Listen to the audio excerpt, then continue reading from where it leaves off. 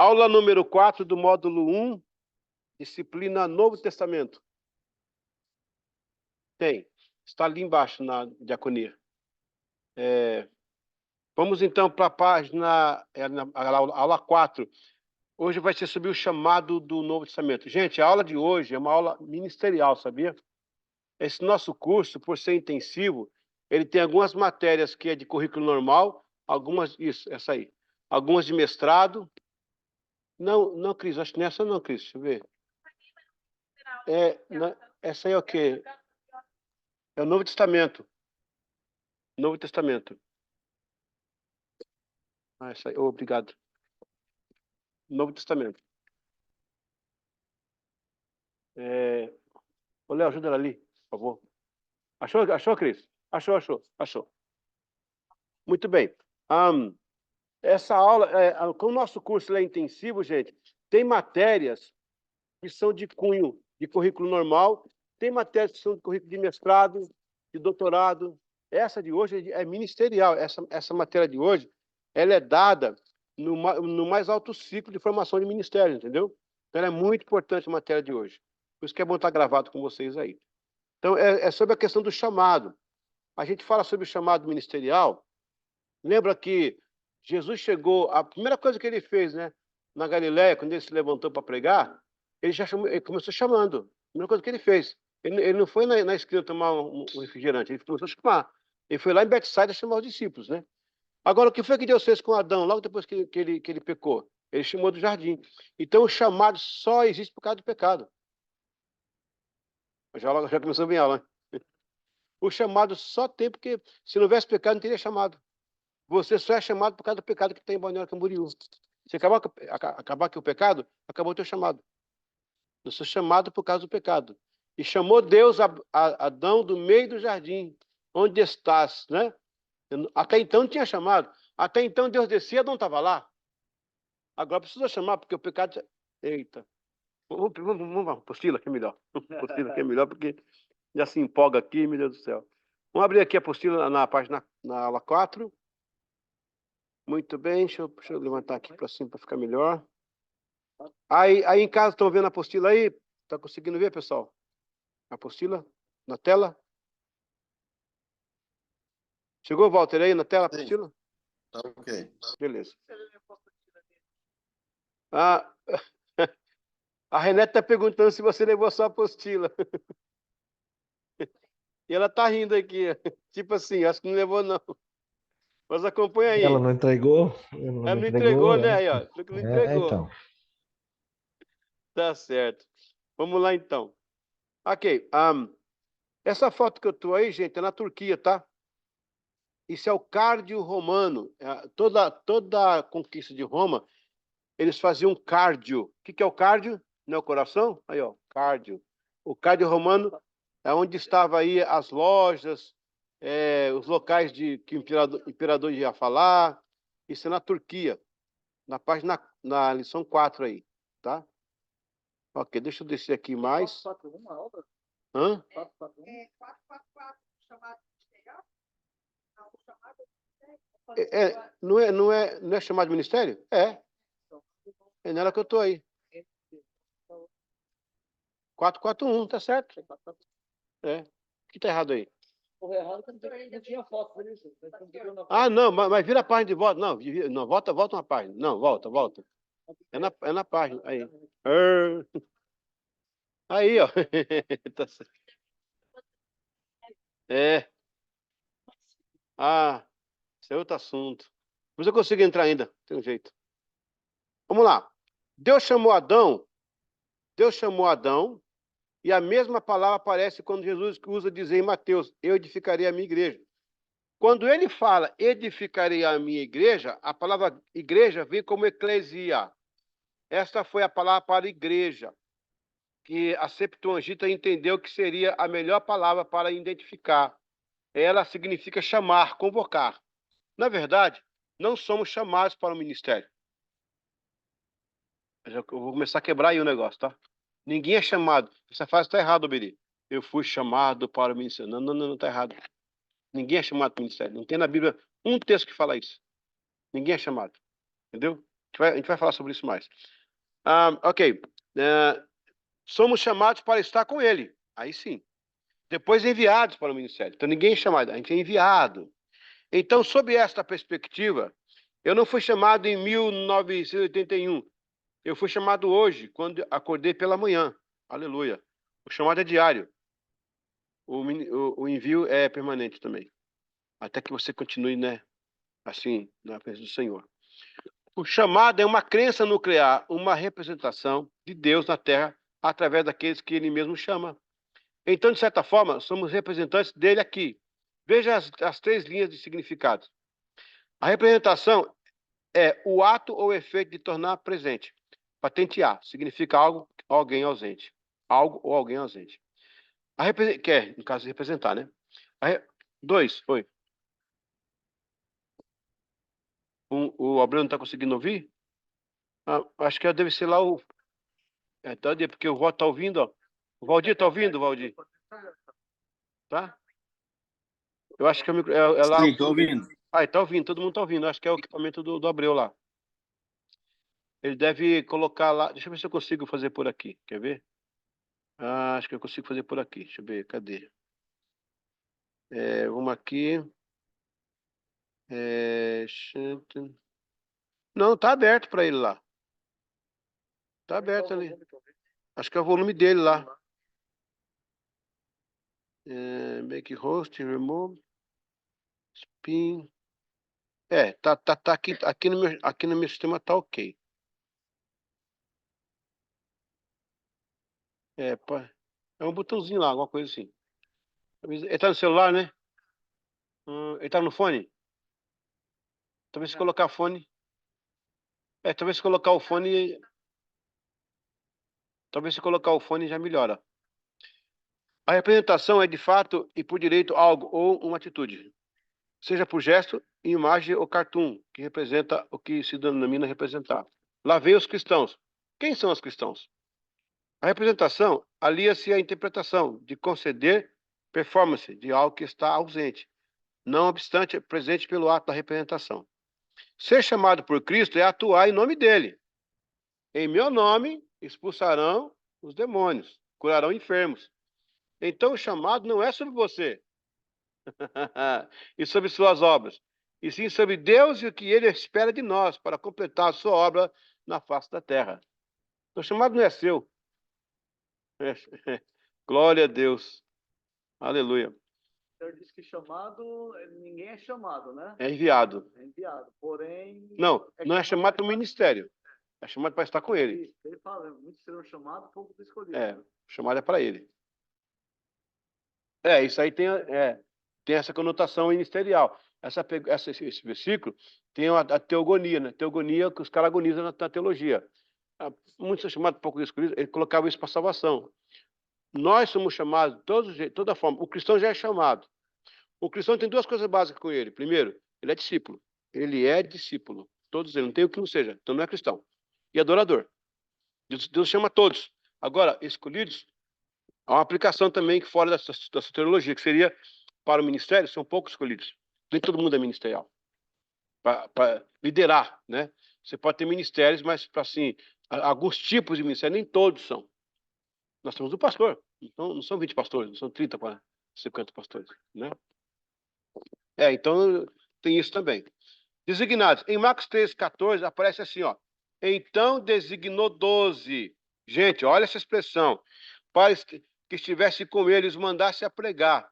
Vamos continuar, então, nossa linha de raciocínio, buscando entender a mente pastoral de Jesus. Nesse verso, percebemos que a frase no que diz, e chamou para si os que ele mesmo quis. O chamado é pessoal. O real chamado é para estar com ele. Vou falar uma frase que você vai ter que me acompanhar até o final desse trabalho para que você consiga entender. Mas eu queria afirmar com todas as letras possíveis que ninguém é chamado para o ministério.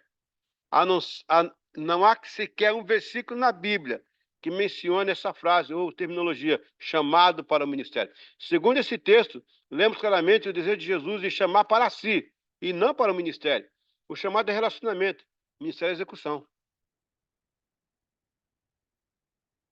A gente cansa no ministério. porque não voltamos para desfrutar a presença contínua do Mestre em nosso chamado. A grande questão não é quanto eu gasto com a obra, e sim quanto tempo de qualidade eu tenho com o dono da obra. Vamos para casa, gente, que é melhor, né? Termina aqui, tá bom. Podia dormir sem essa. E as pessoas criam ativismo. Eu trabalho para o senhor, eu chego cedo, faço, eu arrumo, levanto, pai, eu vou lá, papai. Mas ele fala, e eu? E o tempo comigo, cadê? Não, o que não tira você do tempo de fazer as obras dele, mas acho que tem que ter equilíbrio, né? Tem que ter equilíbrio. Deus não quer também ativismo. Jesus deixou bem claro o seu desejo de estar com os discípulos, ou melhor, chamou-os para estar com ele, ter um momento de próximo de acolhedor.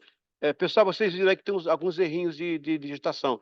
Eu consegui, graças a Deus, consegui agora uma revisora. Então ele vai revisar agora algumas apostilas. Isso aqui é uma que vai revisar. Graças a Deus.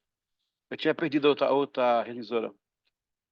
Na época ela faleceu mesmo, né? O Senhor levou. Aí eu perdi porque ela foi, né? Mas o Senhor ganhou. Agora consegui uma outra revisora. Maravilhosa. O chamado é pessoal, o ministério é coletivo. Quando Deus... Gente, essa aula aqui, misericórdia, isso aqui. Quando Deus te chama, é para relacionamento pessoal com Ele. Quando Ele te envia, é para relacionamento com toda a comunidade.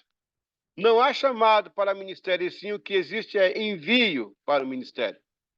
Pastores de chamado entendem que o chamado é pessoal, e por isso é feito com base na intimidade. Deus chama o indivíduo no privado e envia para o coletivo. Quando Deus desceu do Éden, em que o homem havia pecado, então não pergunta quem foi que pecou, né? Ele indaga, onde estás? A pergunta que ele fez foi de relacionamento. O Tadeu tem 15 crianças, 15 não, 12. Quantos que tem? 4. Chega em casa, tem um vidro que é 4 ou 5. Chega em casa, tem um vidro quebrado, certo? O vidro quebrado. O que o Tadeu vai pensar? Nós, como os pais. Quem foi que quebrou? Quem foi? E se a mãe quer proteger? Não, aconteceu, não. Né? Quem foi? Essa é a pergunta de quem errou, né, Alberi? Quem foi? Quem quebrou isso aqui? Né? Quem... Mas Deus não perguntou isso para Adão. Quem pecou? Ele não falou isso. Ele falou, onde é que você está, meu amigo? Olha que coisa linda, gente. Olha, me arrepiou aqui. Ele não falou assim, quem pecou ele? Cadê o Adão? Não está aqui. Já sabia que tinha pecado. Ele já sabia. Mas ele chegou, ele quis dizer uma coisa. Ele podia falar, quem foi? Ele falou, onde estás? A pergunta de relacionamento. E Adão correu, né? Meu Deus, que coisa linda isso aqui, hein? Não, gente, a Bíblia... Você lê, relê, Alberi. Você lê, relê. Coisa linda, né? Cada riqueza. O homem só foi chamado porque houve pecado. Foi por isso que você foi chamado. Paulo esclarece ainda mais quando fala para Tito o motivo do seu chamado. Por esta causa te deixei em Creta, para que pusesse em boa ordem as coisas que ainda restam, e de cidade em cidade estabelecesse presbíteros, como já te mandei. Porque o Tito, você lendo essa carta aqui, você entende que ele mandou uma carta antes. Olha, Paulo, hein? Mas é por isso que você ficou aí, filho. É por isso mesmo. O seu chamado é porque tem coisa ruim na cidade. Você tem que arrumar, né? A parte 4. A primeira vez em que a palavra chamada aparece na Bíblia foi por causa do pecado. Literalmente, Deus chamou Adão pela primeira... depois de haver criado. Deus não faltou ao encontro. Se não houvesse pecado, não haveria chamado. E a palavra chamado, que aparece no original, vem como carral. Repita comigo, carral. Carral. Que significa chamado ou convocado. Embora hoje o termo igreja seja ramificação ou alusão a um prédio, no entanto, era para ser convocado, era a convocação mesmo. Então, carral, que hoje virou, que a Septuaginta traduziu para a eclesia, que é a igreja, era um verbo. Hoje é substantivo. Era convocar. Vamos igrejar? Vamos juntar? Né? Convoca, né? Convocação. Era um verbo. Hoje virou isso aqui, ó. Eu vou na igreja, eu fecho a igreja, eu abro a igreja, vamos reconstruir a igreja, vamos destruir aquela igreja, a porta da igreja está quebrada, a placa da igreja, ela virou substantivo. Não é isso, igreja não é isso. Isso aqui é prédio, né? Mas na cultura ficou igreja. Deus chamou Adão do meio do jardim e Jesus chamou a sua igreja do meio da humanidade. Oh, glória a Deus. Deus chamou Adão e a mesma palavra aparece quando Jesus usa em dizer em Mateus, eu edificarei a minha igreja. Quando ele fala edificarei a minha igreja, a palavra grega igreja vem como eclesia. Foi a palavra grega que A Septuaginta entendeu que seria a melhor palavra para identificar. Eu não fui chamado para o ministério, eu fui enviado para o ministério. Fui chamado para estar com ele. E assim tem sido por toda a Bíblia, o canal de Deus para interagir com a humanidade.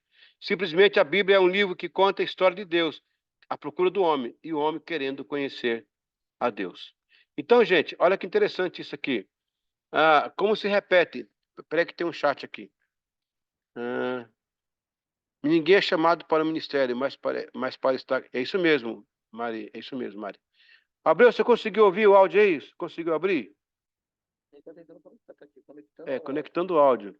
Rapaz, o homem disciplinado, né? A disciplina é uma coisa assim. Não está me ouvindo, não. Posso até falar mais aqui, ó. Não está me ouvindo, não. Deixa eu colocar para vocês aqui uma coisa, gente. Adão pecou e Deus chama Adão lá do jardim. A primeira coisa que Cristo faz quando começa a pregar é chamar. Os dois estão em sintonia. Aliás, Pai, Filho e Espírito Santo. Lá no deserto, Deus mandou o quê? Codorna e maná. Codorna e maná. O maná é como se fosse um pão, né? Os dois são ricos na cadeia alimentar, na nutrição. Todo alimento tem que ter um equilíbrio de lipídios e glicídios, né? Aquelas mulheres que aqui, depois do lanche das irmãs, as irmãs comem ali e emagrecer. Engorda ali, emagrece aqui, né? A Planos não para, né? A Planos não para. Eles comem lá e emagrecem aqui. Pode perguntar para elas que o equilíbrio alimentar vem com lipídios e glicídios. Se toda alimentação tiver esse equilíbrio, é saudável. Então, Deus dá no deserto lipídios e glicídios, que codorna e maná, tipo pão, é lipídios e glicídios. Aí vem Jesus, dá pão e peixe, que também são ricos em lipídios e glicídios. E vem o Espírito Santo hoje nos dar o quê? A palavra e o louvor. Olha que coisa linda, os três. Tremendo.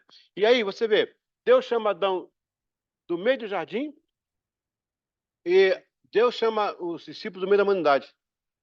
Então, quer dizer, você é chamado onde você está. Ou no jardim, ou no meio da humanidade, onde você estiver. Deus vai te chamar. E tem uma coisa muito bonita que fala assim, Deus entregou uma mulher linda e maravilhosa no jardim para Adão. E Adão deixou ela na sepultura.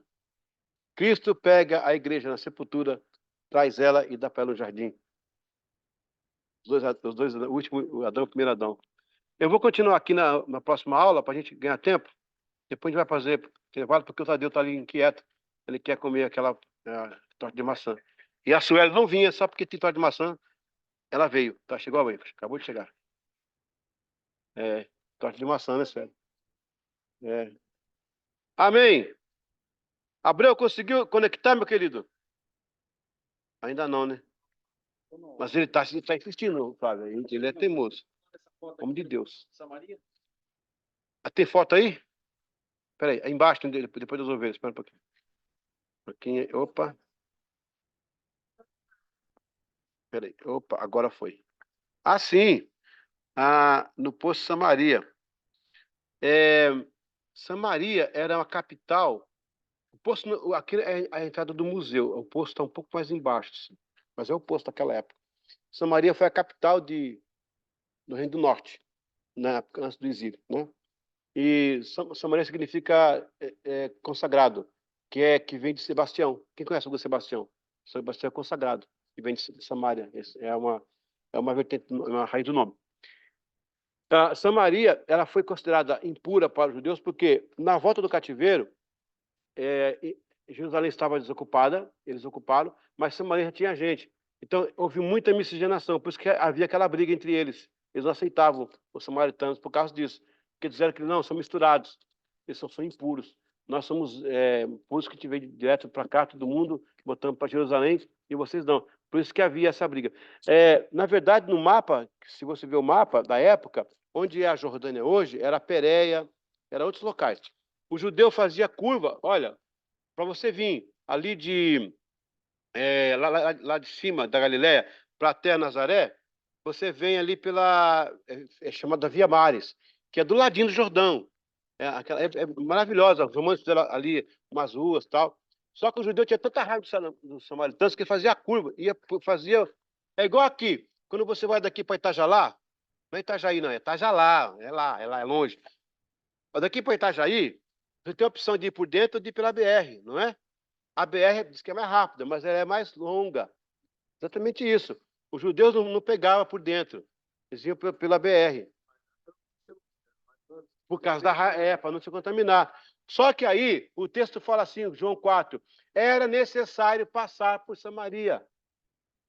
Então, Jesus vai fazer o necessário, mesmo contra a cultura. Porque ele sabia que ia ganhar uma mulher, que a mulher ia ganhar uma cidade. Então, Jesus, se você não quebrar os paradigmas, você não consegue atuar. Essa esposa aqui era onde Jacó. encontrou lá? Jacó. Era esse? Esposo. Jacó, cavou, né? Tempo de Jacó ainda. Sim. Que é outra coisa. No deserto lá, cara. Quando ele fala assim, que desse podia trazer água viva dali, Jesus faz essa comparação, porque havia um poço de água viva, falado lá no Antigo Testamento com Abraão, que é águas que vêm, que brotam. Esse poço era catalisador, era um poço de decantação. A água da chuva cai, tem uns sulcos, ali vem, cai ali, e as pedras calcárias transformam em água potável. Aí ele falou, essa água aqui ainda é suja, mas a minha que eu vou dar muito mais clara. Ele faz a comparação. Jesus era maravilhoso, né? Que coisa. É um poço de conhecimento, né? E outra coisa, ele parou cansado da viagem. Ele podia ter descansado, né? Foi 76 quilômetros andando. Né? Parou para descansar. Ele podia ir para uma pousada. Mas Jesus não vai descansar até que ele faça o que ele tem que fazer. Né? Ele sabia que a mulher, ele sentou, ficou olhando para o caminho. Disse, ô Senhor, eu vou comprar comida, pode ir. Senhor, o que está ouvindo? Estou olhando para o caminho. Senhor, tira o olho do caminho, o que está acontecendo? Estou esperando alguém. Ela vai chegar. Então não foi ela que foi tirar a água. Era Jesus que esperava por ela. Glória a Deus. Desculpa aí, gente. Foi mal. Glória a Deus. Ele vai se sentar no poço para esperar por você. Ele sempre se assenta. Ele pode estar cansado. Ele vai te esperar. Amém. É a aula número 5, né? Agora, módulo 2, disciplina do Novo Testamento. Nesse estudo do Novo Testamento, Jesus fundamentou seu perfil pastoral, entre outras coisas, o essencial, as atitudes de um servo. Ele ainda disse, se alguém me serve, siga-me, e onde eu estiver, ali estará também o meu servo. E se alguém me servir, o meu Pai o honrará. João 12, 26. O propósito de servir deve ser baseado em algumas premissas, as quais costumo chamar de fundamentos. São esses fundamentos que vão delinear o servir puro, satisfatório e leal. Vamos analisá-los. Vamos lá. Fundamento número 1. Na verdade, esse fundamento aqui foi do meu professor. Ah lá, aqui eu falo aqui, né? Falei. É porque o bonito é você dar honras, né? Não foi eu que escrevi. Tem que falar quem foi. Isso que é bonito. Fundamento número 1. Comece bem e termine bem. Dr. Bifeto, Alemo Bifeto, da Etiópia, disse: muitos líderes começam no fogo e terminam na fumaça. Fantástico isso aí. Fantástico. Até o Valdir glorificou lá. Vamos lá. Vamos falar todo mundo junto aqui. Vamos lá. Quem começa bem. Não, todo mundo junto assim. Vamos lá. Quem começa bem, vai bem e termina bem é um. Vamos lá. Quem começa bem, vai mal, termina bem é um determinado. Quem começa bem, vai mal, termina mal, é um desanimado. Quem começa mal, vai bem, termina bem, é empreendedor. Quem começa mal, vai mal, termina bem, esperançoso. Quem começa mal, vai mal, termina mal, aí é fracassado.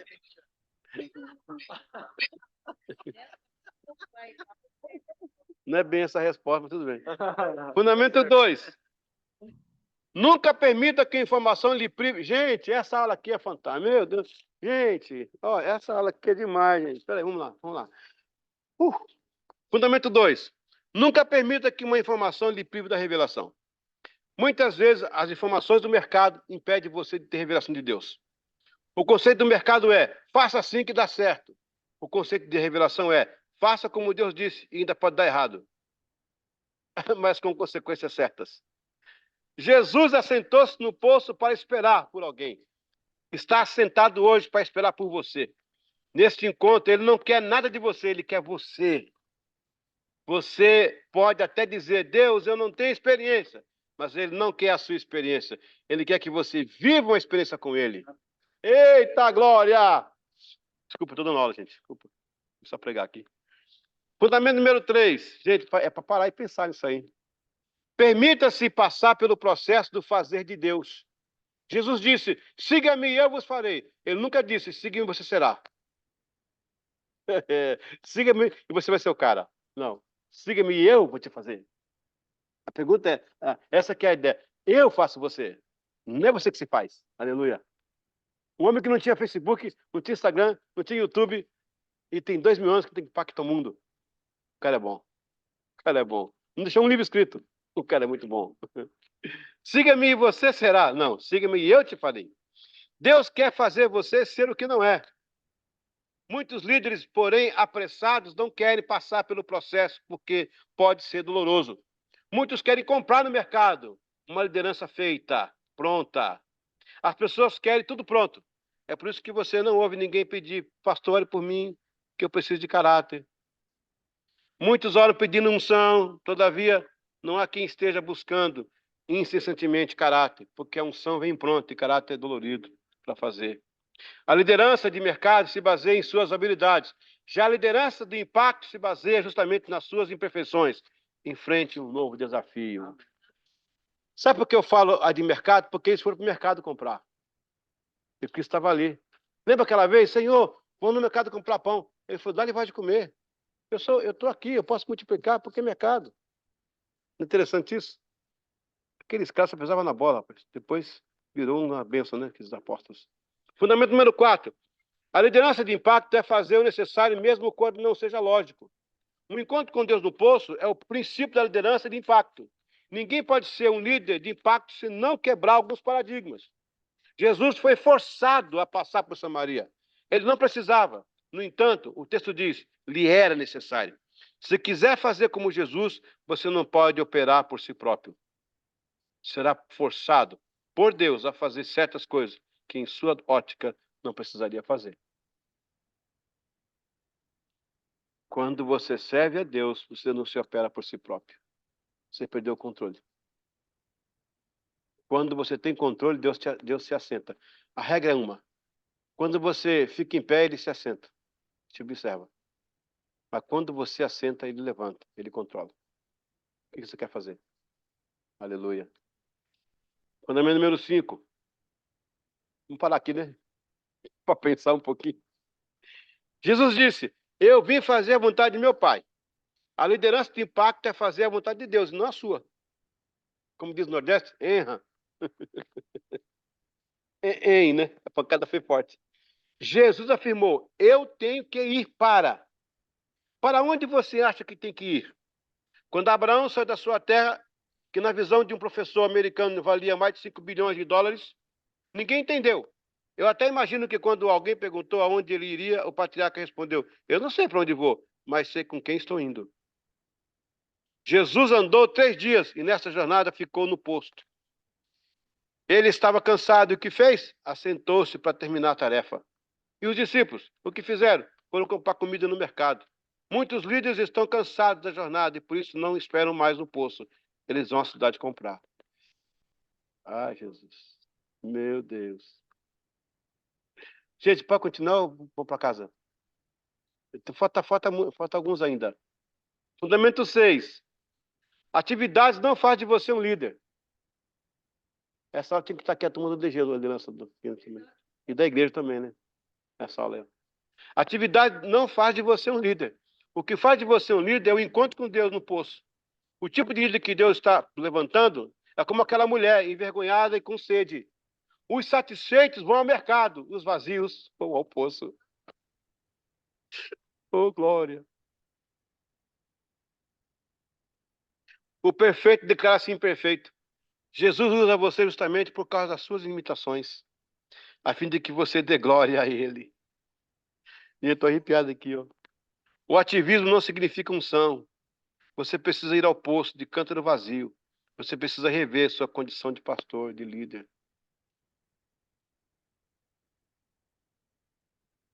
Eu não sei você, mas sentindo o Espírito Santo aqui com a gente, cara.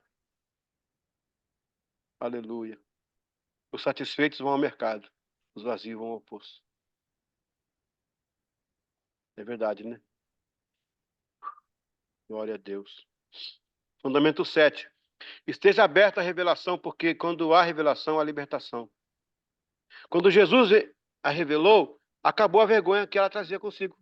O encontro com Deus não muda o pensamento, quebra o paradigma e renova o ânimo. A pecadora deixou o cântaro e teve vontade de sair para evangelizar. Esqueceu a vergonha e correu para a cidade. Se você tem sido líder sem ir ao poço, com certeza tem sido travado pela vergonha. O problema é que só no poço há revelação. Glória a Deus. Tem um chat aqui, deixa eu ver quem é. Precisamos, a Mari está escrevendo, precisamos ter intimidade com ele para ter experiência. Glória a Deus, é isso mesmo, Mari, tá certo. Glória a Deus. Vamos terminar aqui. Aleluia. Amém, igreja? Eita. Fundamento número 8. Muitos líderes se tornaram organizacionais demais para receber novas revelações. Entretanto, o propósito não é a jornada, mas esperar no poço o próximo apontamento divino. Alguém poderia indagar Jesus, mas você não disse que iria a Samaria? Por que parou em um poço? Temos que saber as estações de Deus. Esperarmos pelo tempo dele. É preciso conhecer o momento. É mais fácil ir ao mercado e comprar do que sentar e esperar. Muitos líderes têm a agenda liderada pelas pessoas, pelos problemas, e não por Deus.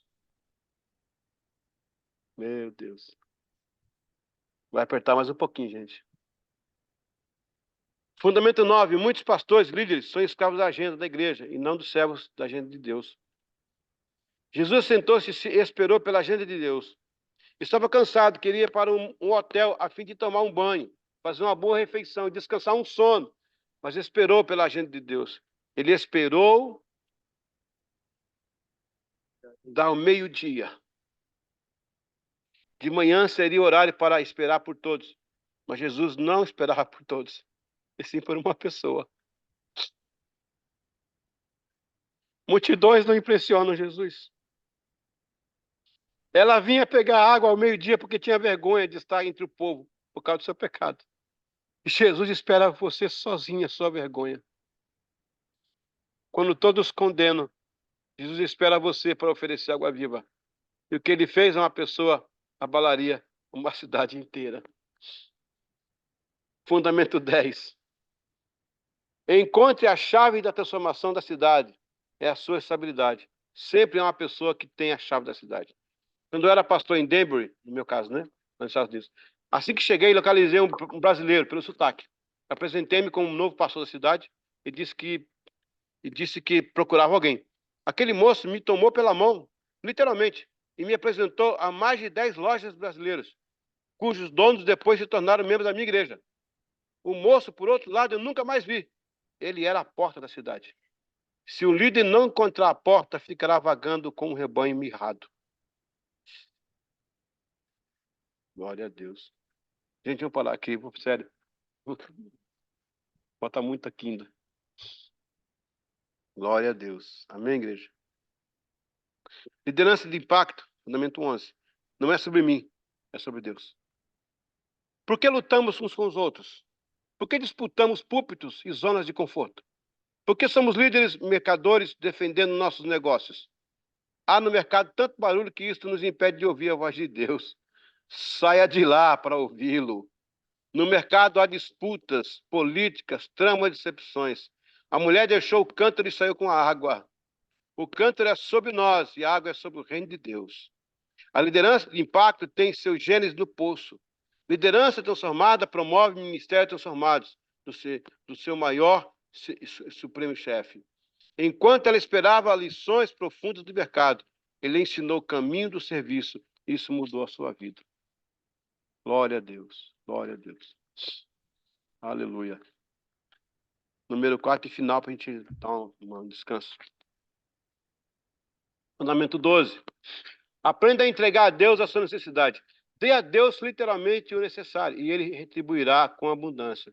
Quando a mulher apareceu, Jesus pediu justamente o que ela procurava: água. Deus vai sempre pedir a sua necessidade. O que mais Abraão e Sara queriam era um filho. E Deus deu, e depois pediu de volta. Quando Deus pede a nossa necessidade, é que Ele quer pegar o que é temporário para dar o que é eterno. A mulher assentou-se por duas razões. Assustou-se por duas razões. A, porque um homem lhe dirigiu a palavra, e isto não era permitido. B, ainda mais por ser um judeu. Deus surpreenderá as pessoas quando você receber a revelação do poço. Ela era uma prostituta, mas Jesus viu além de seus fracassos. Ele viu o potencial daquela mulher. Jesus sempre nos olha pelo potencial e não pelos nossos fracassos. A liderança de mercado nos quer lidando com uma cidade inteira e poucos resultados. Mas a liderança de impacto nos leva à pessoa-chave, capaz de influenciar toda uma cidade. Eu sempre falo aquela frase, quando ele nasceu da cidade, o povo dizia, lá vai a prostituta. E quando ele viu, falou, lá vem a missionária. De qual olhar está sendo alvo? Da cidade de Jesus. Glória a Deus. Fundamento 13. Nunca coloque limites no que Deus pode fazer ou realizar. Ante o pedido de Jesus, ela constrói um muro de conflitos. Ela começa a falar assim, ó, como pode tirar água? Este é um poço, este é um grande problema da liderança de mercado, limitar o poder de Deus. Jesus disse, tu soubesse quem é esse que fala contigo. Sabemos que toda a cidade está cheia de obstáculos e vergonha, mas é por isso mesmo que você foi enviado para lá. Pelo que você está desesperado? Entregue a Jesus. O problema é que está na forma como definimos Deus. Ele não parou de criar, ele ainda é o Criador. As pessoas pensam que a criação parou nos 3 primeiros capítulos de Gênesis. Não, ele ainda cria. Criar é fazer aparecer do nada a existência do que não se via. Então, ela olhou para Jesus e falou assim, como é que você pode tirar água? Ele falou, se soubesse quem eu sou, mandava ela subir água sozinha, ela vinha sozinha. O problema não está como Deus me define, mas como eu defino Deus. Como é que eu defino a palavra? Como é que eu defino o seu poder? Amém? Fundamento 14. Jesus. Lidere com impacto e confronte o pecado. Jesus disse assim, ó, vai buscar teu marido. Ele sabe que, olha, quando Jesus pergunta, ele já sabe a resposta. Ele não pergunta para saber, ele sabe. Jesus sabe o que você acha que ele não sabe. Ele se desculpou, ela se desculpou, mas ele não tem marido. Liderança de mercado não assume as suas falhas e culpa os outros fatores pelo fracasso. Você só percebe que é um líder de mercado quando começa a pôr defeito nos outros, por causa dos seus próprios fracassos. Jesus faz o mais severo confronto. Disseste bem, já tivesse 5, e o que tens agora não é teu. Mesmo sabendo o seu potencial, Jesus não descarta o confronto, porque olhar o potencial não significa ignorar uma correção. Eita! Anotou essa placa aí? Essa é uma placa, hein? Olha só. Aleluia. Olhar o potencial não significa ignorar uma correção.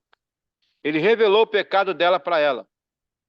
Ela temeu e seus olhos se abriram. Veja o que és profeta. A revelação abre os olhos da alma e faz-nos enxergar além do véu da obviedade. Glória a Deus. Fundamento 15 e último, para a gente dar uma pausa. Assuma que a revelação libera a unção. A unção levou-a de volta à cidade. Depois do encontro, ela foi à cidade e não ao mercado. Não se contentou com 3 pessoas, ela queria a cidade.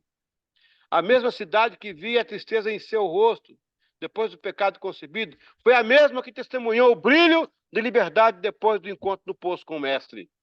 Estamos brigando entre nós no mercado enquanto a cidade perece. O encontro no poço traz revelação. Não haverá revelação sem encontro. Ela foi aos líderes da cidade e não ao povo. Jesus viu nela a chave da cidade para a transformação. Quando você encontra a chave, conquistará a cidade. Mas para encontrá-la, deve estar no poço. Demais. Eu vou até dizer a vocês o seguinte. De vez em quando tenha o seu poço. De vez em quando eu faço meu poço. Essa semana eu fiz o poço. O poço é você ir para um local. Não leva celular, só a caneta e um caderno. fica lá em silêncio. Ora um pouco, espera Deus falar. Rapaz, é incrível. Sabe a comparação de quando Cristo veio lá no Jordão e veio subir uma pomba? Ali tem um segredo. Alguém sabe como é que a pomba se aproxima de você? Movimento brusco que você faz? Ela corre. Você fica quietinho, joga um milhozinho ali, ela vem chegando, titi, titi, titi, ela vem e tal. Mas se você fazer assim, ela voa. Espírito Santo, cara, é a mesma coisa. Não faça movimento brusco. O que eu falo com isso? É que não chegue lá com preocupações, com barulho na cabeça. Até um tempo. Lá em Itajalá, tem um local muito, uma alameda que tem assim umas árvores, tem uns banquinhos para sentar. Ali perto de onde eu moro, ali na ressacada, né? Eu fico ali de manhã, às vezes eu faço caminhada e vou fazer academia também. Eu tô com a camisa do DG, né? Só, né? É, tem um nome para DG que eu esqueci. Aí eu fico ali sentado e Deus vai colocando. Olha, já muitas coisas eu resolvi ali, sentadinho. Só eu e o caderno, sabe? Então tira o seu posto. Antes eu fazia um dia inteiro. Às vezes, lá na América eu fazia quase toda semana meu posto. Pegava um trem que tinha lá e fazia na mata lá, ficava lá quieto. Eu levava um caderno amarelo, escrevia. Então é muito importante esse momento. Nós perdemos muito isso, sabe? O mercado, os afazeres, a agenda, ela tira você do foco, né? E Deus quer que você chegue perto dele. Olha, pessoal, eu aconselho vocês a reler esses fundamentos aí. Pode aplicar para a liderança, para o pessoal que você discipula também. Muito bom, muito bom. Amém? Abreu, conseguiu ouvir agora? Aí, ele conseguiu. Aplaudindo, né, meu? Aplaudir aí, ó. Tá aplaudindo. Homem disciplinado, né? Ó, tá com jeito de ser militar para ser disciplinado assim. Eu acho, não sei. É uma vocação aí para ser militar, porque não pode desistir. Muito bem. Nós vamos parar aqui um pouquinho, uns 5 minutos, 7. A gente vai agora ali comer uma torta de maçã. Mas o que nós temos hoje? Sanduíche de atum. Não, aqui é presencial. Quem vem aqui, né? Presencial. O Walter te perdoa. O Walter tá na bolachinha, tadinha lá, a bolachinha. Oh, meu Deus, ó. Ô, rapaz, ó, a turma aqui tá chorando, cara. Ó, que brincadeira. Vamos lá então, né? Vou dar uma pausa aqui na gravação. A gente volta daqui a aula número 456. Aula 6, módulo 2, Novo Testamento. Vamos aqui então para voltar para já para a apostila. Ok.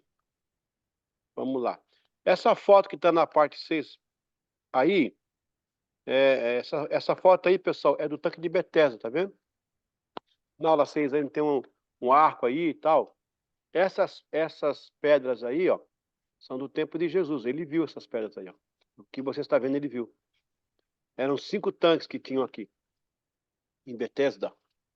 Betesda fica no caminho para indo para a crucificação. Você sai do Getsemane, passa uma rampinha, 150 metros vira à direita.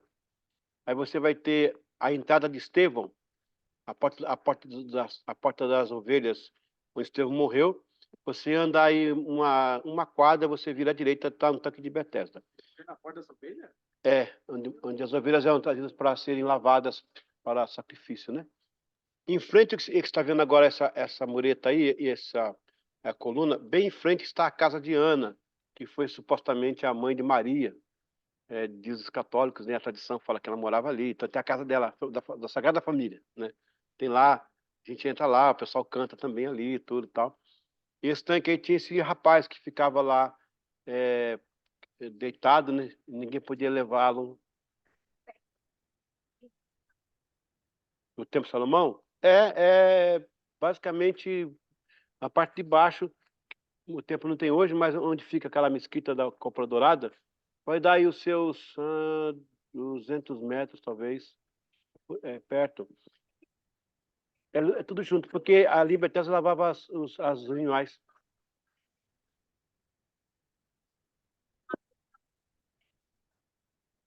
Isso.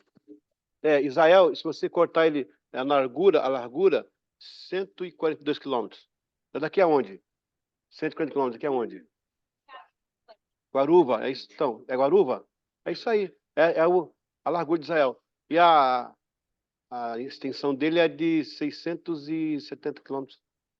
Daqui é o São Paulo. São Paulo. É, você vê? Interessante, né? E ninguém encosta a mão. A maior antiaérea defesa do mundo, né? Meu Deus. Vamos então. Aula número 6, veio para destruir as obras do diabo. Gente, essa parte aqui é muito importante. Quando fala que ele veio para destruir as obras do diabo, Jesus veio com a agendinha. Olha que interessante isso.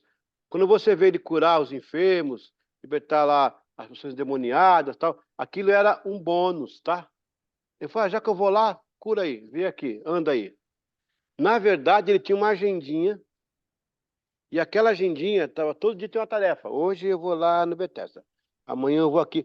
Ele foi nos pontos cardeais, que presta atenção, quando há uma concordância verbal entre dois seres humanos, existe uma colocação espiritual, tá? Por que você acha que os trabalhos de macumba são feitos nas encruzilhadas? Alguém tem ideia? Porque o diabo conhece o que acontece no mundo espiritual. O documento é esse. Por que havia altar na Bíblia? Era um ponto circunstancial humano para uma proliferação sobrenatural. É interessante isso. Por que a pessoa tem filhos? O coito, a concordância, nasce o filho. É sempre assim. Jesus foi nos pontos cardeais, onde culturas passadas tinham dito coisas, impregnado coisas que o diabo tomava conta. Então, quando ele chega em Betesda, ali tem um deus chamado Asclépio, o deus da cura, da mitologia grega. Aquela água que agitava, a Bíblia no original não fala que foi um anjo. Aí é um texto, é um parágrafo apócrifo. Um amanuense, que é um escritor, Amanu, a mão, escreve a mão, que vem do latim, Amanu, que é copista, que é o escriba, que é o Sefer, tanto faz. Ele abriu parênteses, ele era de Alexandria. Ele não era de Israel. Falou, deve ser, se havia cura, então era de Deus. Ele abriu, um anjo descia ali, fechou. Mas ele colocou bem claro, não é o original. Eu tô achando que é isso aqui. E Jesus vai lá. Por que ele vai lá? Porque ele não é seu curador? Ele não é o que cura? Ele tem que destruir aquela concordância que foi feita pela cultura grega. O diabo ali curava algumas pessoas, sim. Interessante isso. Aí ele fazia a movimentação, sabe? Era um demônio. Sim. O texto. Sim. O texto fala. Quando o texto fala assim, ó. Quando o texto fala que havia um anjo do Senhor, não é anjo do Senhor. No original não aparece o anjo do Senhor. O amanuense colocou com as boas intenções dele. Cristo vai lá e desfaz isso. E outra coisa, aquele homem que estava no chão não era paralítico também. Não era, ele era um cara, ele era um. Exatamente, ele estava em depressão. Ele estava a palavra grega para depressivo ali. Bom, teria que ser. Aí já é o doutorado. Então vamos voltar aqui para o básico. Agora você mexeu. Não, é verdade. Ele estava debilitado. Vamos achar o texto aí. Onde é que está o texto aí? Vamos pegar o texto. Eu sou ruim de memorizar texto. Vamos lá, me ajuda com o texto aí. Deixa eu abrir aqui. Eu vou no grego, tá? Eu vou direto na veia, com a minha injeção na veia. É João 4. João 4, é isso? Peraí. Porque dá para sair aí. Não, que ele tinha depressão. Peraí. Você critica que você depressão. Agora quero ver. Não, havia um Deus. Inclusive, lá está a marca do Asclepio, que depois na escavação foi encontrada a marca dele. Cristo foi lá para dizer o seguinte: agora quem cura sou eu, não é mais você. E nunca mais nunca mais desceu mais aquilo. Foi interrompido, era um Deus pagão. Não houve mais registro. Né, João, Peraí. Peraí, isso aí. Então, viu? Tá perto. Vamos lá. Ai. Vamos lá, aqui. João 5. Não, pior que eu já ouvi falar nisso, Um anjo descia em certo tempo. Enfermo. Ó, eco anjo. Enfermo. Utilizar, possessão de mente. Aí, tá lá. Peraí, aqui, ó. G2, 192, tá? Eu estou aqui no grego agora. A palavra aqui é exu, que exu significa sentido utilizado de possessão da mente. Possessão da mente por possessão da riqueza. Peraí um pouquinho. Lugar se achasse. Depressão, sai da cama, sai do quarto. Exatamente. Olha lá. Fraqueza, debilidade mental. Fraqueza natural, fragilidade, saúde debilitada na alma. A palavra aqui é astemia. Ele não era coxo. Eu estou no texto, eu estou do texto agora. Aqui na Bíblia que eu estou, não fala que ele é coxo, só Não. fala que ele estava enfermo. Ele estava super depressivo, estava assim, ali, ele não tinha força para se levantar, de tanto que ele estava depressivo. E Jesus chega e diz, agora você... aqui, ó. Aqui, ó. Fazer fraqueza natural, fragilidade, debilidade, enfermidade na alma.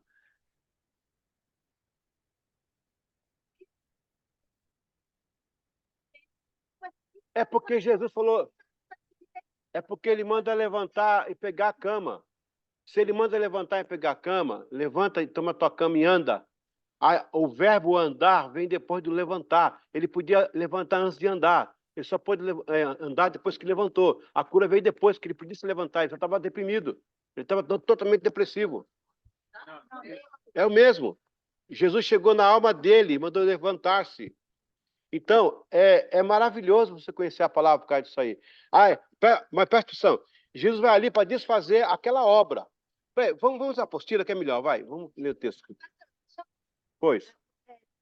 Mas antes de ali, desse anjo aparecer, tal, ali o senhor falou dos pontos cardeais. Esse tanque ali em Betesda, o que tinha antes? Não, é o tanque de Betesda que era para lavar os animais que iam para o sacrifício no templo. Então, para as pessoas também descansar da jornada, tomar um banho, lavar os pés, era para tudo. Era um tanque para várias coisas ali. E Cristo foi lá para destruir essa obra de cura, que ele é o curador agora. Ele vai lá também, lá na Cesarea de Filipe. Assim, historicamente, ele foi colocado ali, esse tanque, por um motivo específico. Exatamente. Porque ficava perto do templo. Para lavar as ovelhas. Não. Vamos à apostila. Segura um pouquinho. Daqui a pouco eu vou abrir para o fórum, tá? Ao meditar nas páginas do Novo Testamento, descobrimos sim que Jesus veio ao mundo com uma agenda pré-estabelecida. O texto de João não deixa dúvidas. O diabo peca desde o princípio. Para isso, o Filho de Deus se manifestou, para desfazer as obras do diabo. Essa era a agenda de Jesus na Terra. Para muitos, Jesus foi missionário, andarilho no bom sentido. Um piedoso peregrino que por onde passava deixava a marca de cura, libertação, ensino, escritura. Porém, em uma leitura mais acurada, percebemos que as curas, libertação, eram focos de acontecimentos espontâneos, naturais, ocasionais, dentro da sua rota de percurso. Porque, Beri, se o Cristo viesse até só para curar e ir embora, e aí? Não, ele veio desfazer pontos... Gente, presta atenção. Ele veio desfazer pontos que o diabo tinha domínio. Ele veio quebrar. Pá. Agora eu sou o Senhor. Enquanto isso, ele curava. Porque, na verdade, ele tinha a chave, né? Exatamente. Não foi esse sentido de sério. Ele veio aqui curar um monte de gente embora, deixar a pessoa curada. E que nasce depois? E 2000 anos depois? O diabo estava aí com as posses dele. Cristo veio arrancar, desfazer as obras do diabo. E ser Senhor naquela situação. Ora, se ele só veio para curar os enfermos, libertar as pessoas de demônios, então teria sido mais simples, rápido e indolor. Não precisa morrer na cruz. Era só, né? Ele simplesmente faria uma oração geral e resolveria tudo. O texto diz que Satanás peca desde o princípio. O diabo sabia que um dia a igreja seria estabelecida. Então ele saiu covardemente tomando posses de posições espirituais, imitando o que a igreja faria, fazendo alianças espirituais com legalidades em culturas e locais, a fim de coibir o futuro da igreja, o trabalho de Jesus e o avanço da obra. O diabo saiu na frente já colocando os obstáculos, ele sabia. Ele não é burro, né? Ele é diabo, né? Então, era um deles. Era como se Jesus estivesse dizendo, tudo bem, eu tenho que ir a uns pontos chaves, nos quais foram aliançados pactos espirituais, e eu preciso destruir pactos formalizados. Enquanto isso, realizarei curas, libertação e ensinarei sobre o reino. Fica evidente este comportamento de excelência de Jesus. Sua agenda se ocupava em obstruir uma aliança demoníaca. Tanque de Betesda, Sueli, vamos lá. O que Jesus foi fazer naquele tanque, quando havia tantos outros tanques postos em Israel? A questão ali era propriamente um tanque em si, mas o que acontecia naquele lugar? O texto em voga está em João 5, 2-4. Sendo Jesus a cura de Deus para a humanidade, ele estava ali para destruir a aliança de Asclépio e cumprir Isaías 53. Betesda significa casa de misericórdia. Está vendo aí? O diabo coloca uma cura lá. Porque o que é Casa de Misericórdia hoje? Santa Casa de Misericórdia é o quê? É hospital, é onde vai... Ó, gente, presta atenção, presta atenção. Assim chamada pelo teor dos relatos de cura e cogitação. Eram piscinas de banho, muitos usadas também pelos viajantes, que chegavam em muitos locais e regiões para os trabalhos do templo. Havia uma expectativa, pois, segundo a tradição, um anjo agitava as águas. Tradição, hein? Então, a primeira pessoa que caísse na água recebia a cura. João 5, 2-4. É certo que menciona curas ocasionais. Os judeus criam que um anjo agitava as águas, curas eram realizadas. Pelo menos foi essa ideia que o amanuense copista faz transparecer em sua inserção apócrifa. Outra lenda árabe dizia que seria um dragão lá das profundezas e no momento em que despertava as águas ficavam calmas. No entanto, ao dormir, as suas convulsões traziam o poder curador. Mais importante, cremos que por isso Jesus foi ali desfazer alianças. A era do deus Asclépio, Esculápio para os romanos. De acordo com a lenda, Asclépio, filho do Apolo, da mitologia... Gente, olha que interessante isso aqui. Filho de Apolo, da mitologia grega, era proclamado como o deus da cura e da medicina.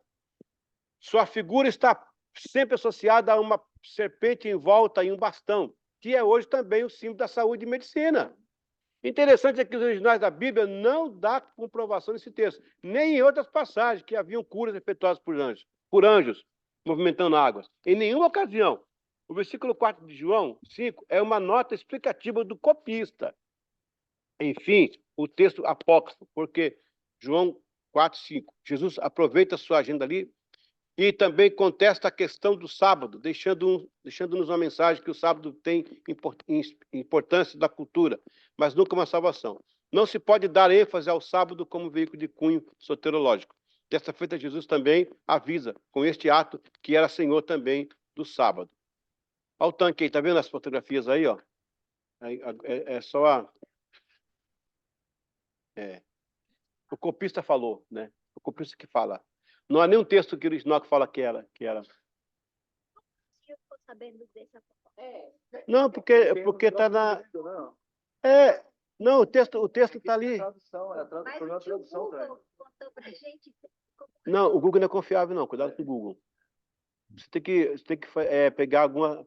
Ó, o Scribe é inconfiável. A Wikipedia é mais confiável que o Google. O Google é problema. Cuidado com o Google. Ok, vamos lá.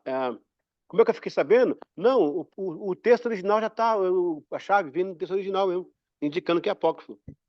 Todas as copistas... Exatamente. Tem colchetes, assim, a palavra, entendeu? É. Tem colchete é porque é uma coisa... Está no papiro. E o cara apontou no papiro. Aí quando você vai ver, ele colocou lá em Alexandria. No Códex de Alexandria vem essa inserção. Algumas têm ainda, outras não.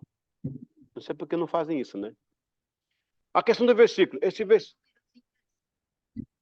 A questão do versículo. Este versículo aparece na maioria das traduções bíblicas entre chaves, indicando que não consta na maioria dos manuscritos originais mais antigos o Evangelho de João. Este era um zelo da copista e que, eticamente, garantia a inerrância do texto original e corroborava com a ideia central do contexto. Provavelmente, algum escriba pode ter adicionado esse trecho com uma glosa, que é um tipo de apontamento que, em um texto, é utilizado para explicar o significado de uma palavra ou para elucidar um trecho, passagem. Uma nota para explicar o porquê tantas pessoas se juntavam ali. Esta informação não é central na passagem. Mesmo assim, o trecho não precisava ser desprezado, uma vez que não contradiz nenhuma verdade bíblica, apenas registra um dado, que era de conhecimento popular da época. O próprio autor de João parece estar ciente da tradição oral, comentada no verso 7. Veja bem, gente, havia cura? Sim, ninguém está contestando a cura. O copista falou, peraí, então se a cura era do Senhor, é cura de Deus. Aí ele vai, abre o colchete e põe. Mas não era. Aí estava bem claro que era o Asclepio. Pelo menos a entidade, né? Em 1888, em Jerusalém, foram encontrados artefatos do período romano, descobertos nas proximidades desses terrenos, os quais podem conectar a fama do local com Asclepio, o deus grego-romano da medicina. Jesus vai ali para quebrar a hegemonia da crença em uma cura esporádica, demorada e sob a suspeita espiritual. Agora ele fala assim, não é mais, não vai ter mais cura espontânea anual. Eu vou curar 24 horas por dia, estou aqui, eu sou quem cura. Glória a Deus. Amém? Pronto, vamos lá. Agora sim é para discussão. Agora que é a hora. Bora. Em caso alguém tem alguma pergunta aí, pode se manifestar. Não manifesta não. Só registra aí. Manifestar podia manifestar. Hã? Como é que é? Oi, Flávia. Em O quê? cima da cama. Pode pegar aí. Não entendi.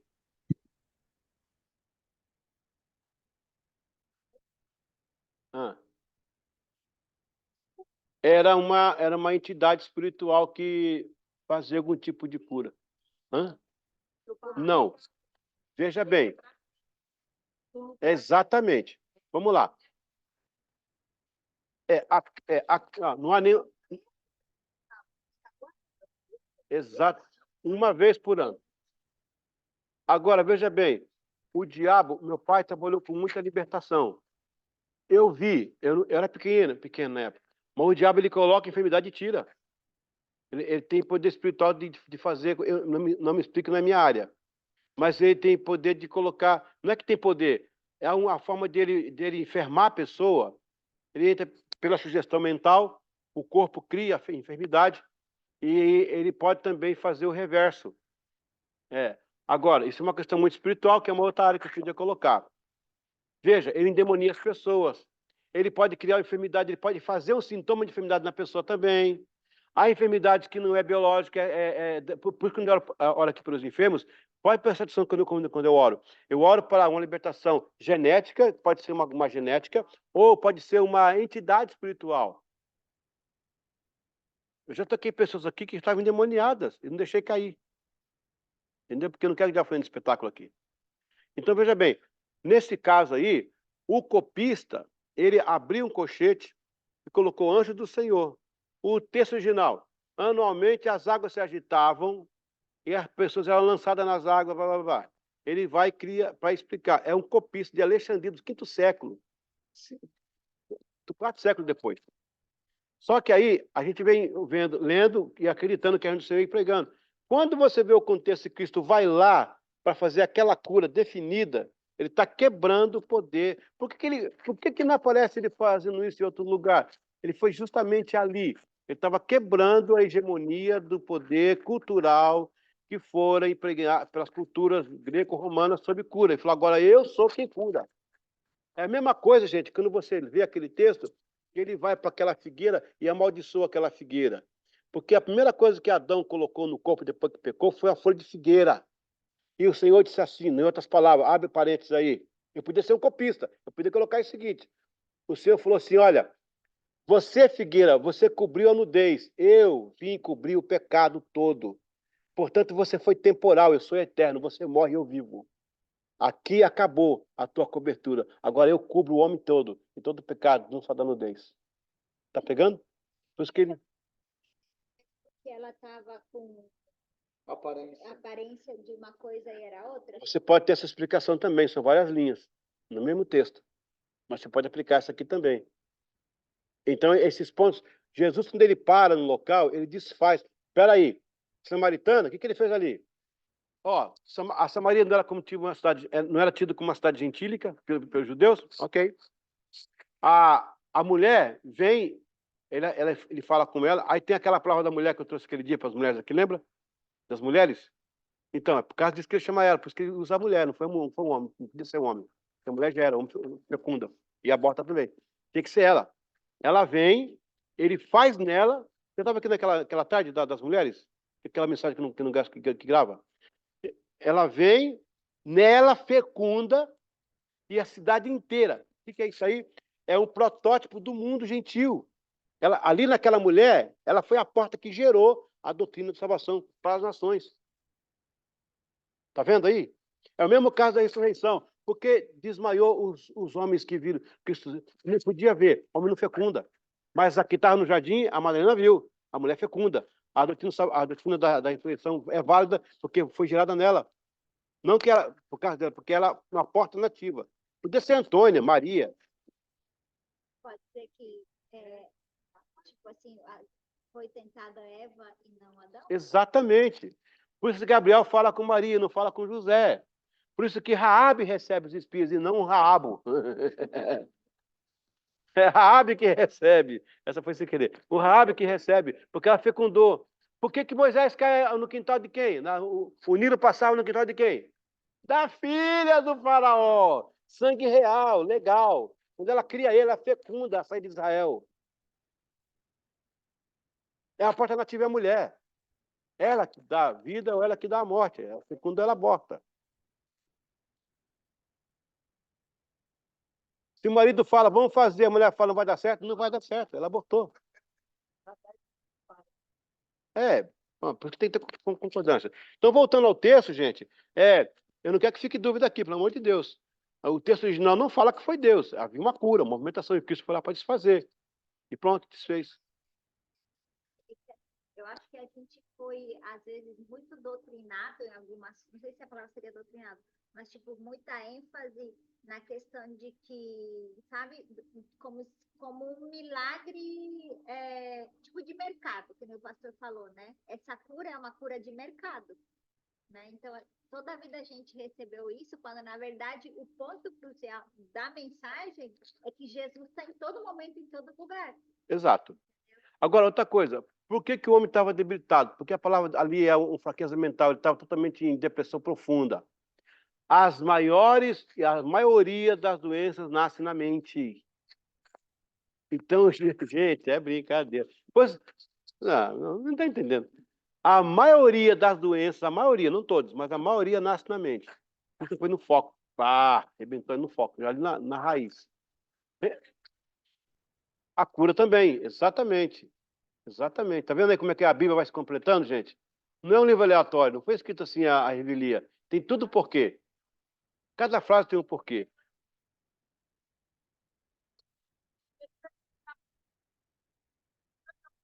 Exatamente. Vamos lá. A Mari está fazendo uma pergunta aqui, lá de casa. Deixa eu ver isso aqui. Mas neste caso de manifestação demoníaca, bem que tem que haver libertação. Jesus veio para libertar. Quando Jesus vai lá e destrói esse poder do Asclepio, ele libertou aquele povo todo. Agora tinha cura. Agora, não só ele curava, os discípulos dele que impunham as mãos e curava também.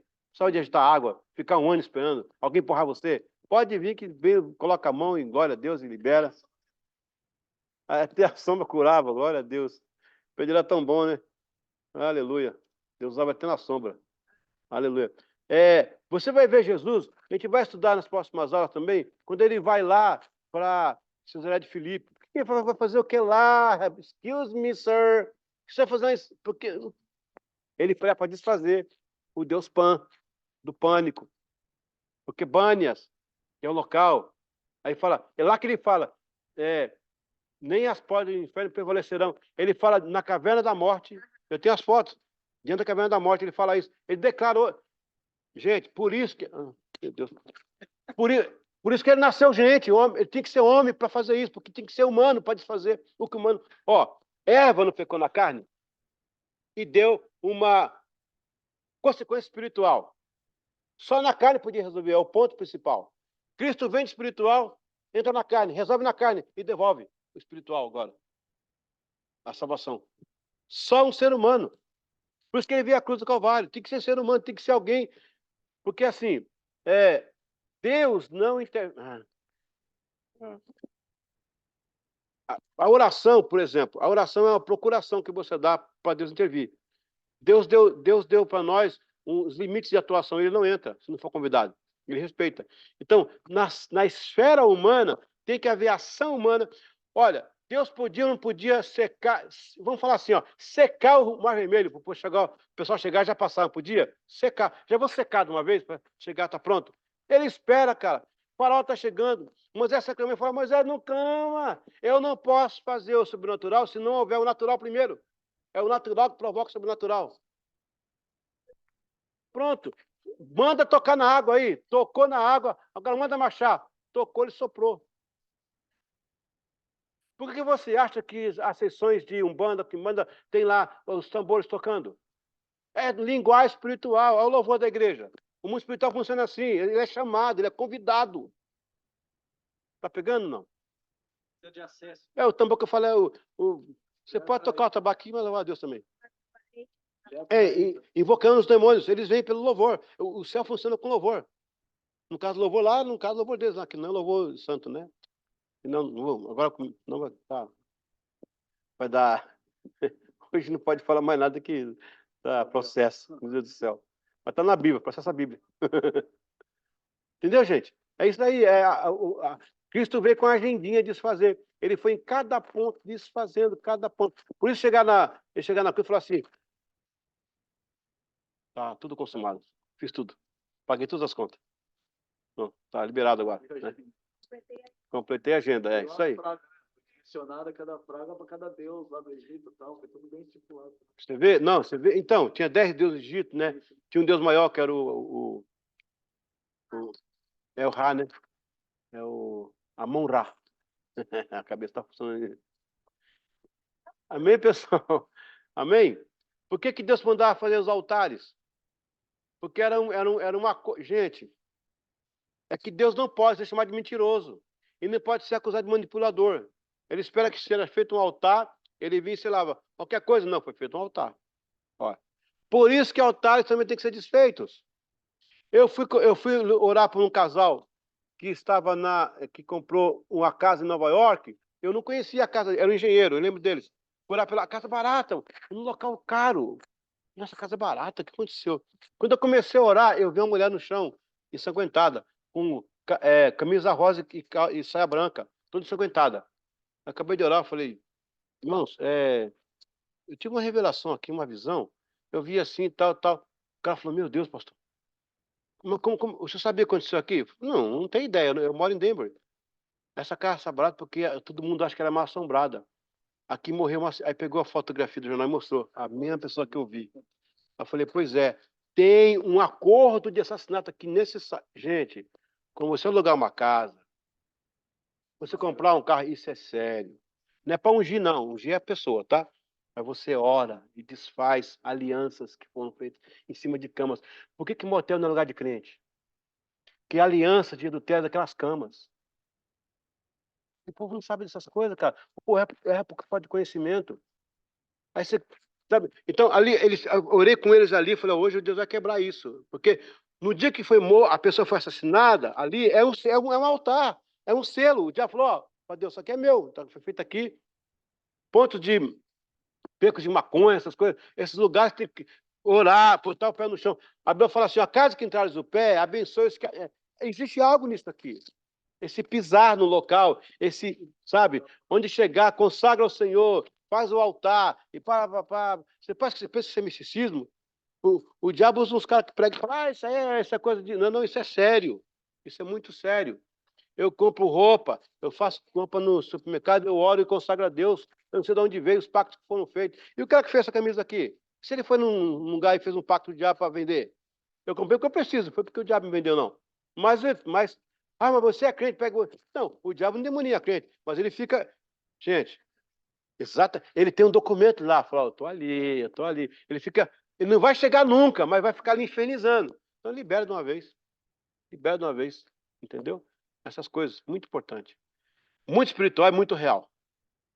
Aí o diabo fica com a pregação aí, para desfazer isso aí e deixar a pessoa ignorante, e o diabo vai... Porque olha só, repita comigo essa frase. Deus perdoa o tempo de ignorância, mas o diabo trabalha nele. Enquanto você não sabe, por isso que Deus põe pregador para pregar. É por isso que tem estudo bíblico, tem Bíblia para ensinar o povo. Não faz isso, porque o que Oséias fala? Meu povo perece por falta de dinheiro. Não, não? Ah, não, desculpa. Meu povo perece por falta de estratégia, de conhecimento. O que o Senhor falou? Errais por não conhecer as Escrituras e o poder de Deus. Esse que é o problema. Então, por isso que quando alguém prega aqui, você tem que ficar atento. Quando alguém pega aqui, eu fico ali só, opa, peguei. E aquilo vai ampliando, e você às vezes fica dormindo com o inimigo, né? Tá ali, sabe? Terrível. Eu aconselho você, Renete, que recebe muita gente no seu estabelecimento. Ore por aqui. Se tiver algum funcionário cliente lá, ou quando você estiver lá, você fecha a porta, ora, ou se é rotativo, você ore pelo seu estabelecimento.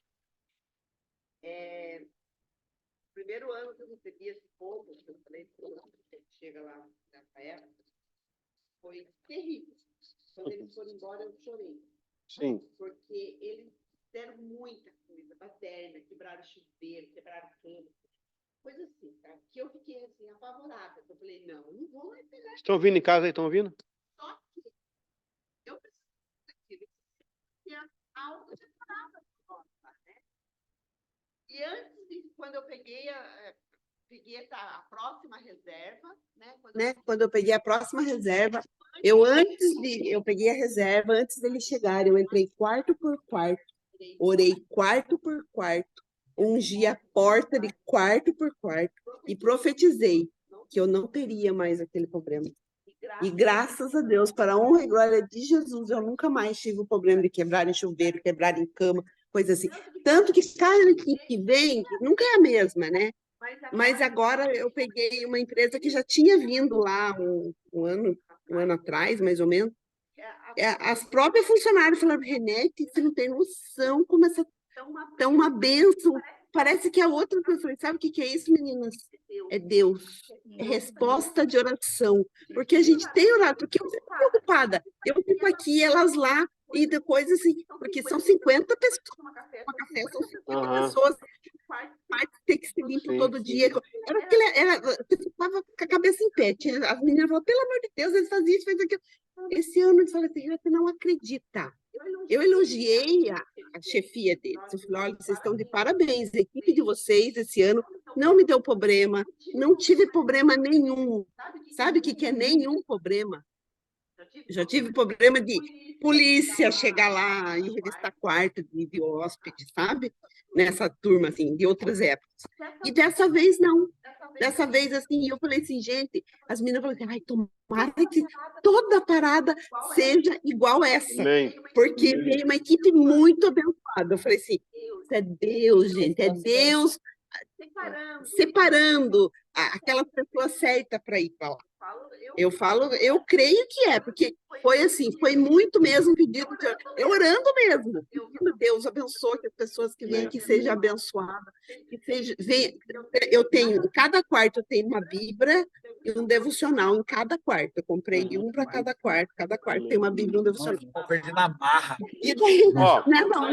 embora um deles, posso levar uma Bíblia? Você me dá uma Bíblia? Eu falei, com certeza, pode levar. Aqui, Eu já tenho reserva lá. a lei é uma uma só. Repita comigo, o sobrenatural é produzido pelo natural. Pode ver, é sempre assim. Pode ver que quando fala assim, tem uma linha do espiritismo que faz um trabalho para alguém, primeiro faz o trabalho, para depois acontecer. Por isso que a gente tem que orar, o mundo espiritual é assim, a gente tem que orar antes, não estou fazendo comparação, mas é a lei do mundo espiritual. E o diabo conhece a lei também. Ele usa, gente, o diabo não erra, ele faz você errar. Ele vai tudo pela lei. Tudo que ele conquista é por leis, que use em mim, que ele conhece as leis espirituais. É tudo por lei. Porque nós sabemos lá como convém. E ele geme conosco, verdade. Então, o natural provoca o sobrenatural. Se você quer provocar o sobrenatural, é o natural que vai provocar. Não espera. Se esperar, você não vai conseguir, e o diabo pode ir na frente fazer o que ele quer fazer. Fazer uma coisa, não? Sim. senhor falou para mim orar mesmo por cada quarto aí? É sempre que você estiver lá, orar. Não, não é cada quarto. E não precisa de ir também, não. Fica tranquilo. Só a autoridade de você orar ali como proprietária, Deus vai sempre estar honrando a sua vida. É importante. Acho que a Flávia falou. Hum. Eu falo, gente, não é eu, é o Senhor, porque É, se eu estiver lá, ele é eu o- estiver lá, mas se Deus não quiser fazer, não vai fazer, né? É a vontade dele. Então eu Foi- falo, Senhor, quando eu saio de lá para Jesus, eu estou indo embora, mas o Senhor eu sei que está cuidando. Ele é hóspede de 24 horas, né? Sem pagar aluguel. Só um pouquinho, segura um pouquinho mais. A Flávia comentou comigo, seu esposo foi coronel, não foi da Polícia Militar? É isso? Tá aqui, o Coronel Abreu. Coronel. Coronel, quando eu morei em Uberlândia, eu fui pastor em Uberlândia, em uma igreja lá muito grande, com o pastor Valdir. Havia um índice muito grande de criminalidade na cidade, tráfico de drogas, prostituição. Era assim, os muros altos, a cidade parecia uma fortaleza. Entrou um coronel crente, e ele chamou os pastores, eu lembro disso até hoje, chamou a ordem dos pastores para orar lá no quartel, com ele lá, orar pela polícia, tudo e tal. Diminuiu drasticamente, foi notório o que Deus fez na cidade, foi notícia na cidade, né? Até chamaram o coronel de comandante todo-poderoso, coisa assim, não lembro agora a imprensa, porque e ele falou o seguinte, olha, uma coisa que foi, como já passou muito tempo, eu posso comentar agora. Ele falou que é em office, não pode misturar as coisas, mas havia alguns militares da corporação que eram crentes em Jesus. Alguns até presbíteros estavam lá, diáconos. Ele falou assim: se você vai fazer uma diligência e tem algo espiritual, você pode usar a sua autoridade. E o meu primo, o Alexandre, que na época ele era um oficial também, ele fazia diligência com as viaturas. Ele me conta que uma vez, ele chegou numa casa, estava o pau quebrando. Ele viu que era o diabo que não estava no rapaz. Aí ele falou para os amigos dele da viatura: espera um pouquinho, dá uns passos atrás aqui, eu vou. Não, mas você vai sozinho, não pode, então não, deixa comigo. Isso aqui eu sei lidar. Ele levantou a mão e repreendeu Satanás, e o cara caiu sentado. O cara se levantou, apaziguou, orou ali. Aí os colegas dele: meu, mas que poder é esse que você tem? A gente chega aqui né, metendo coturno aqui, entrando para resolver, enquadrando, e você chegou, levantou a mão, o cara caiu, que poder é esse? Ele falou: não, é que o comandante nos deu autorização, se nós crentes percebemos que é algo espiritual, a gente pode usar. Então, interessante isso, eu vi isso acontecer. Então, é verdade, o mundo espiritual é tanto mais real que o mundo físico, né? E a Bíblia está cheia disso aí, cheia disso aí. Mais alguém aí? A Márcia, desculpa, Márcia. Aí, mas em relação a ungir, né? Tipo assim, muitas vezes as pessoas, e até a gente foi ensinado, tipo, ungir a porta da casa, ungir não sei o quê. Ah. O carro, trazer a chave para ungido, É. o carro da casa, caderno, tudo aquela coisa. E eu ouvi, né, que na verdade, tipo assim, biblicamente, não existe fundamento para isso. Né? É o enfermo, só o enfermo. Pele. Só Pessoa. só tipo de pessoa. Porque eu sabia do sangue de Jesus. O sangue de Jesus também, ele só foi derramado para pessoas. Que nem a gente fala, cobra pro teu sangue, a gente não pode pedir cobertura do sangue O cachorro, né? O cachorro, o carro. O gato. Só para a gente Pessoas. proteção de Deus. Uhum. Mas, ó, as pessoas fazem, às vezes, ungem com aquela, no caso da gente, foi com a ingenuidade, com a alegria, com fé. Então, Deus, isso não é questão que Deus vai também não abençoar por causa disso, não. A gente unge com fé, mas assim, eu não unjo. Quando pede para ungir as coisas assim, eu não unjo, eu unjo pessoas. Vai na intenção, Deus sabe disso, né? Não tem, mas basta orar que já, né? Se orar, o bicho corre, se jejuar, o bicho corre também. Bom, pessoal, tudo bem aí? Em casa, alguém mais quer falar alguma coisa? O Walter quer dar uma participação. Consegue colocar a voz dele alta aí? Boa noite aí, pessoal. Ali, pastor, quando eu estava falando sobre o tanque de Betesda, né? Aquilo ali, eu tive uma emergênciazinha aqui, não peguei essa parte da explicação. Mas havia aquela cura, uma vez por ano havia a cura, né? Por mais que alguns dizem que é um anjo que agitava as águas, mas não era, o senhor falou que era um evento copista, né? Exato. Agora, a minha dúvida ficou assim, eu fiquei assim, essa água, esse tanque, ele era, digamos, podendo comparar assim a um falso profeta, eles usavam aquilo ali para segurar, para reter o povo em volta, para ficar refém daquela coisa ou não? Porque Era uma crença popular.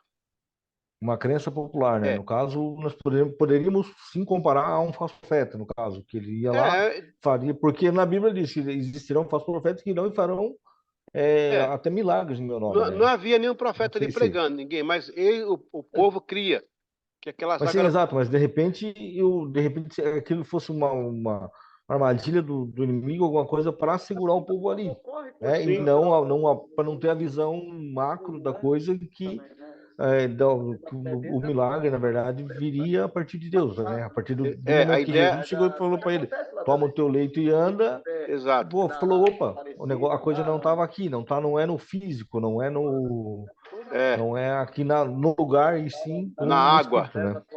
Não, não é agitada a água em si, né? É o poder de Sim, exato. Jesus. na- Sim, exato. Fora da água também, 24 horas, sem precisar esperar por um ano para alguém ser curado, né? Ok? Sim. Bom, mais alguma participação aí? Amém? Ok. Então, pessoal de casa, a gente vai encerrando por aqui a nossa aula. Obrigado por estarem conosco aqui online. E semana que vem a gente volta de novo com a nossa matéria. Que bom que hoje foi uma aula muito legal. Espero que Deus tenha abençoado e se tenha aprendido muito, tá bom? Um abraço a todos, até semana que vem. Se Deus quiser, em nome de Jesus. Glória a Deus. Amém. Boa noite. Amém.